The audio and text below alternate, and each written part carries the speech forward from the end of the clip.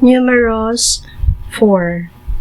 Ang Ginoo mingon kang Moises o kang Aaron, ipha ang mga anak ni Kohat nga kaliwat ni Levi, sumala sa ilang tagsa-tagsa kapanimalay. Ang ilaki paghihap mao kadtong nagpanuigon gikan sa 30 ka tuig ngadto sa 50 ka tuig nga makahimo sa pag-alaga didto sa tolda nga tagbuanan. Ang bulhaton sa mga anak ni Kohat mao ang pag-atiman sa labing balaang mga butang. Kung mulakaw na ang mga Israelita, musulod si Aaron ug ang iyang mga anak sa tolda nga tagbuanan ug tangtangon nila ang tabil niini ug itabon kini sa sudlanan sa kasabutan. Unya tabunan nila kining tabon nga hinimo gikan sa panit sa kanding. Humani ini tabunan pagyud nila kini ug panapton nga asul ug unya itaod ang mga yayungan. Hapinan usab nila panaptong asul ang lamisa nga butangan sa pan nga simbolo sa iyang presensya.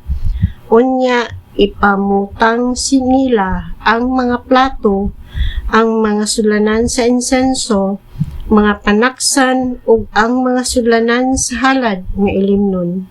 Ibutang usab kanunay diha sa lamisa ang pan nga simbolo sa presensya sa Ginoo. Humani ini tabunan kini og panapton nga pula ug unya tabunan pagayod og panit sa kanding sa dili pa ipahimutang ang mga yayungan. Ang butangana gisuga tabunan usab nila panaptong asul, lakip ang mga suga niini, ang mga papalong ug ang mga sulanan sa agiw ug lana.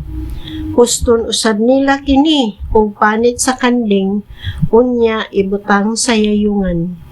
Hapinan usab nila panaptong asul ang bulawang halaran ug tabunan kini og panit sa kanding ug unya ibutang ang mga yayungan niini. Ug kuhaon nila ang tanang galamiton sa pag-alagad nga gigamit diha sa balaan nga dapit ug poston kini sa panapton nga asul ug unya tabunag panit sa kanding. Tapos niini ibutang kini sa yayungan. Unya kuhaan nila agiw ang halaran ug hapinan nila kini panaptong tapol. Unya ibutang nila diha niini ang tanang galamiton sa halaran nga gigamit sa pagsimba, ang sanggaanan sa baga, ang mga tinidor, ang mga pala ug ang mga planggana. Tabunan nila kinigpanit sa kanding ug ibalhog nila ang mga yayungan niini. Human matabuni ni Aaron ug sa iyang mga anak ang sanktuaryo ug ang mga galamito niini sa dihang andam na ang katawhan sa pagpanglakaw, manuol ang mga anak ni Kohat aron pagyayong niini. Apan kinahanglan nga dili nila hikapon ang sagradong mga butang aron dili sila mga matay. Mao kini ang mga butang sa tolda nga tagbuanan nga dad-on sa mga anak ni Kohat.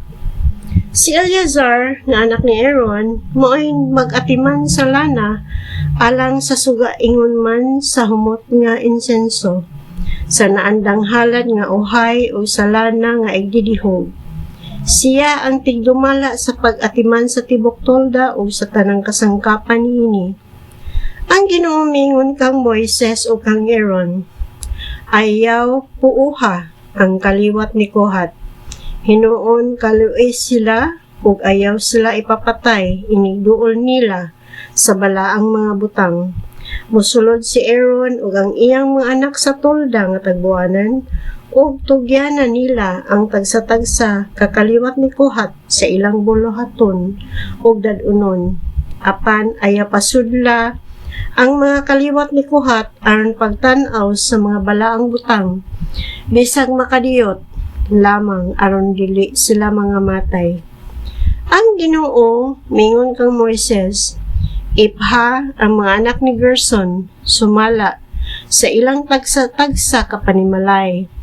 Kadto rang nagpanuigon gikan sa 30 ngadto sa 50 ka tuig nga mahimong makaalaga didto sa tolda nga tagbuanan ang ilakip pag-ihap. Ang ilang bulahaton mao kini. Sila'y magdala sa mga tabil sa tolda ingon man sa tolda nga tagbuanan uban sa tabon niini. Dadon usab nila ang tabon nga hinimo gikan sa panit sa kanding nga gitabon sa tabon sa tolda nga tagbuanan. Ang tabil sa pultahan niini ingon man ang mga tabil sa hawanan, ang tabil sa pultahan sa hawanan nga naglibot sa tolda, sa halaran ug ang mga higot niini. Lakip ang tanang galamiton nga apil niini. Si Aaron ug ang iyang mga anak maoy mangulo sa kaliwat ni Gerson, ug ikaw maoy maghatag kanila sa tanan nilang dadunon. Mao kini ang buluhaton sa mga panimalay sa mga anak ni Gerson didto sa tolda nga tagbuanan. Si Itamar nga anak ni Aaron nga pari maoy mangulo kanila. Ug iphausab ang mga anak ni Merari sumala sa ilang tagsa-tagsa ka panimalay gikan sa nagpanuigon o 30 ngadto sa 50 ka tuig nga mahimong makalaga didto sa tolda nga tagbuanan. Ang ilang dadon mao ang gambalay sa tolda uban sa mga tukod niini, ang mga haligi, ang mga sukaranan, ang mga haligi sa hawanan uban sa mga sukaranan niini, ang mga ugsok ug ang mga bigot, lakip ang tanang galamiton labot niining tanan. Iapod-apod kanila ang ilang dadunon. Mao kini ang bulhaton sa mga anak ni Merari didto sa tolda nga tagbuanan ug si Itamar nga anak nga sa pari nga si Aaron mo'y magdumala kanila. Aron pagtuman sa mando sa Ginoo si Moises, si Aaron ug ang mga pangulo sa katawhan naghimog pag-ihap sa tulo ka banay sa mga Levita, kang Kohat, kang Gerson o kang Merari. Gihimo nila kini pinaagi sa matag panimalay o gilista ang tanang lalaki nga nagpanuigon gikan sa 30 ngadto sa 50 ka tuig nga makahimo sa pagtrabaho sa tolda nga tagbuanan. Sa banay ni Kohat 2,750, sa banay ni Gerson 2,630 ug sa banay ni Merari 3,200. Ang tanan miabot og 8,580 katawo. Ang matag usa kanila gihatagag buluhaton ug giihap sumala sa sugo sa Ginoo kang Moises.